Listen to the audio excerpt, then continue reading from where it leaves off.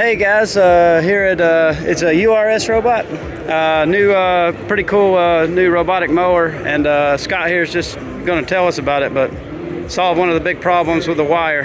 Absolutely. So the difference with our robot is that we're geo mapping, we're geofencing. We're not using wires in the ground. We're not using a RTK like station or a beacon that you have to place.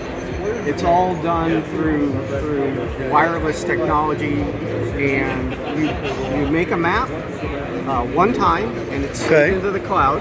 Okay. And then you use an app, and you can deploy from 1 to 10 mowers. They'll work as a team. Wow. And they will mow, and they'll mow aesthetically pleasing as well. They're not like a Roomba, Sure, where it's a pattern. Sure. And if you don't mind, I can show you a quick. This is last week. That's great. This is kind of one of my visions a couple years ago. This is a oh wow, ball field that we did last week. And if you're going to take the time and effort to grow a beautiful lawn, sure, it needs to look beautiful when it's mowed. Sure. And that's one of our goals as well, is to not only make the robots do the work, but also have an aesthetically pleasing finish. You're right. And then with our warm season grasses, you can't stripe them anyways. It doesn't matter. But when most of the country, like you said, they want to have those pretty stripes and things like that. But also obviously a lot more efficient than just bouncing around. They probably get the yard mowed a lot faster. So this will. So, this is actually one of my visions a couple years ago. I was like, I'm trying to think of how robotic and mowing as a service could work. And it was like, hey, we pull up in the van and a fleet of mowers jumps out and mows the lawn while you do everything else. And that's kind of this idea. So you're saying if we had multiple ones of these, they would work together and divide and divvy up the property and take care of it? Well, yeah, absolutely. And that's our kind of our claim to fame here, is that these are all connected through 4G, through T-Mobile or AT&T service, but all of the computing is done in the cloud. Okay. It's not done in the robot. Okay. So when you roll up on your job site, look, you've already mapped that property, and it's saved in the cloud. Only one time you have to map it. One time. Okay. And then you roll the robots out, and you hit deploy in the app. Then in the cloud, it's calculating the most efficient way to mow. Okay. And it sends them all off to work, and when they're done mowing, they all come back to see the little red dots. Sure. Bases. Okay. You tell them where to go back. And with us, we're not doing charging stations where they have to go back to a dock to charge. It's a swappable battery. Okay.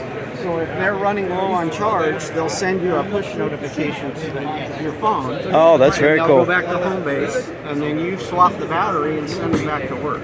That's very cool. The blade, is it the flail blades kind of similar to older mowers? Very similar, but what we've done differently is we added more blades. Instead of 3, we've got 5. Okay. So instead of having to spin the blade faster, we've added more blades, and we're doing that because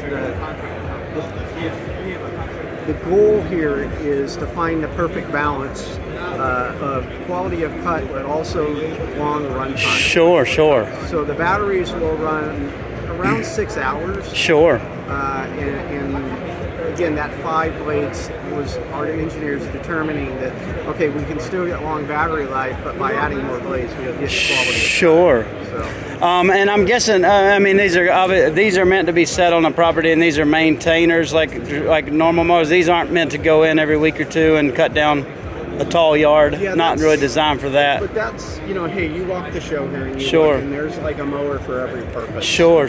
And so this initial offering of ours, the M1, it's a finish mower. Sure. When you're going to your strategy to use robots, they're not going to come in and knock down 10-inch high grass. Sure. Maintenance tool. Sure.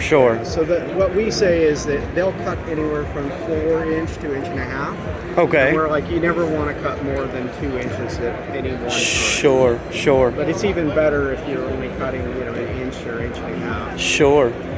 Well, that's perfect. Scott, thank you so much for showing us that. How is this? Do they have some kind of antenna or something set up, or how is this going to triangulate its position? Is there something that's set up on the property, like the EPOS for Husqvarna or something like that? With us, we don't have to do that. What we're using in the agricultural world, there's commercial RTK. Okay, And RTK. those towers exist across the country. Okay. So we're not using a E-post or a tower on your building, or we're using that existing network.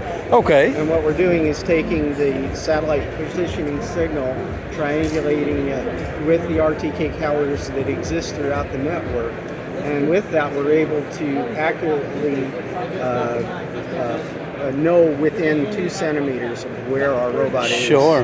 And as long as we have good signal, and it's all, again, it's not easy.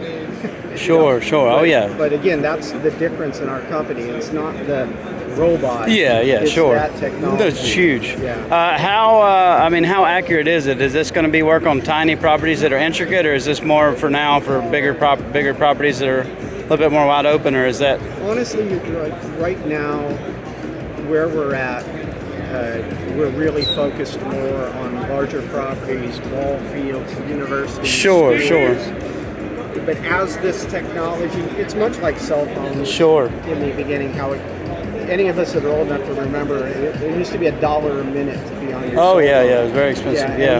And we're at that stage now with robotics. And as the technology is more refined, like right now with self-driving cars, it's like we can use that technology in a robot, but would you spend $100,000 for a lawnmower? Yeah, exactly.